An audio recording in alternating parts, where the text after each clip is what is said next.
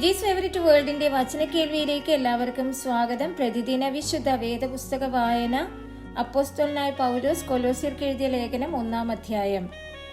ദൈവേഷ്ടത്താൽ ക്രിസ്തുയേശുവിന്റെ അപ്പോസ്തലനായ പൗലോസും സഹോദരനായ തിമോഥെയോസും കൊലോസിയിലുള്ള വിശുദ്ധന്മാരും ക്രിസ്തുവിൽ വിശ്വസ്ത സഹോദരന്മാരുമായവർക്ക് എഴുതുന്നത്.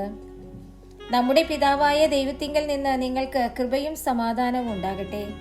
സുവിശേഷത്തിന്റെ സത്യവചനത്തിൽ നിങ്ങൾ മുമ്പ് കേട്ടതായി സ്വർഗത്തിൽ നിങ്ങൾക്ക് സംഗ്രഹിച്ചിരിക്കുന്ന പ്രത്യാശ നിമിത്തം ക്രിസ്തു യേശുവിൽ നിങ്ങളുടെ വിശ്വാസത്തെയും സകല വിശുദ്ധന്മാരോടും നിങ്ങൾക്കുള്ള സ്നേഹത്തെയും കുറിച്ച് ഞങ്ങൾ കേട്ടിട്ട് നിങ്ങൾക്ക് വേണ്ടി പ്രാർത്ഥിക്കയിൽ എപ്പോഴും നമ്മുടെ കർത്താവായ യേശുക്രിസ്തുവിന്റെ പിതാവായ ദൈവത്തിന് സ്തോത്രം ചെയ്യുന്നു.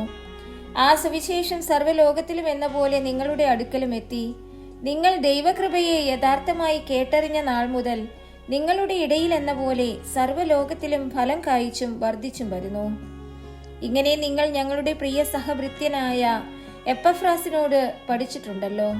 അവൻ നിങ്ങൾക്ക് വേണ്ടി ക്രിസ്തുവിന്റെ വിശ്വസ്ത ശുശ്രൂഷകനും നിങ്ങൾക്ക് ആത്മാവിലാലുള്ള സ്നേഹം ഞങ്ങളോട് അറിയിച്ചവനും ആകുന്നു. അതുകൊണ്ട് ഞങ്ങൾ അത് കേട്ട നാൾ മുതൽ നിങ്ങൾക്ക് വേണ്ടി ഇടവിടാതെ പ്രാർത്ഥിക്കുന്നു.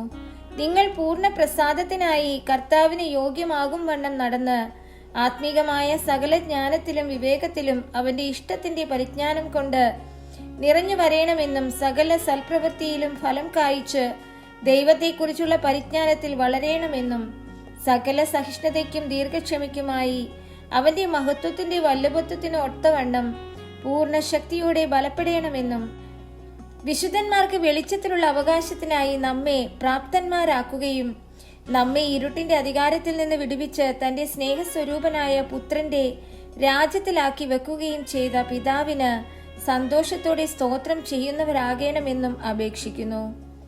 അവനിൽ നമുക്ക് പാപമോചനം എന്ന വീണ്ടെടുപ്പുണ്ട്. അവൻ അദൃശ്യനായ ദൈവത്തിന്റെ പ്രതിമയും സർവസൃഷ്ടിക്കും ആദിജാതനുമാകുന്നു. സ്വർഗത്തിലുള്ളതും ഭൂമിയിലുള്ളതും ദൃശ്യമായതും അദൃശ്യമായതും സിംഹാസനങ്ങളാകട്ടെ, കർത്തൃത്വങ്ങൾ ആകട്ടെ, വാഴ്ചകളാകട്ടെ, അധികാരങ്ങളാകട്ടെ, സകലവും അവൻ മുഖാന്തരം സൃഷ്ടിക്കപ്പെട്ടു. അവൻ മുഖാന്തരവും അവനായിട്ടും സകലവും സൃഷ്ടിക്കപ്പെട്ടിരിക്കുന്നു. അവൻ സർവത്തിനു മുൻപേ ഉള്ളവൻ, അവൻ സകലത്തിനും ആധാരമായിരിക്കുന്നു. അവൻ സഭ എന്ന ശരീരത്തിന്റെ തലയുമാകുന്നു. സകലത്തിലും താൻ മുൻപനാകേണ്ടതിന് അവൻ ആരംഭവും മരിച്ചവരുടെ ഇടയിൽ നിന്ന് ആദ്യനായി എഴുന്നേറ്റവനുമാകുന്നു. അവനിൽ സർവ്വസമ്പൂർണതയും വസിപ്പാനും അവൻ ക്രൂശിൽ ചൊരിഞ്ഞ രക്തം കൊണ്ട് അവൻ മുഖാന്തരം സമാധാനമുണ്ടാക്കി ഭൂമിയിലുള്ളതോ സ്വർഗത്തിലുള്ളതോ സകലത്തെയും അവനെ കൊണ്ട് തന്നോട് നിരപ്പിപ്പാനും പിതാവിന് പ്രസാദം തോന്നി. മുൻപേ ദുഷ്പ്രവൃത്തികളാൽ മനസ്സുകൊണ്ട് അകന്നവരും ശത്രുക്കളുമായിരുന്ന നിങ്ങളെ അവന്റെ മുൻപിൽ വിശുദ്ധരും നിഷ്കളങ്കരും കുറ്റമില്ലാത്തവരുമായി നിർത്തേണ്ടതിന് അവൻ ഇപ്പോൾ തന്റെ ജഡശരീരത്തിൽ തന്റെ മരണത്താൽ നിരപ്പിച്ചു. ആകാശത്തിൻ കീഴിൽ സകല സൃഷ്ടികളുടെയും ഇടയിൽ ഘോഷിച്ചും പൗലോസ് എന്ന ഞാൻ ശുശ്രൂഷകനായി തീർന്നും നിങ്ങൾ കേട്ടുമിരിക്കുന്ന സുവിശേഷത്തിന്റെ പ്രത്യാശയിൽ നിന്ന് നിങ്ങൾ ഇളകാതെ അടിസ്ഥാനപ്പെട്ടവരും സ്ഥിരതയുള്ളവരുമായി വിശ്വാസത്തിൽ നിലനിന്നുകൊണ്ടാൽ അങ്ങനെ അവന്റെ മുൻപിൽ നിൽക്കും.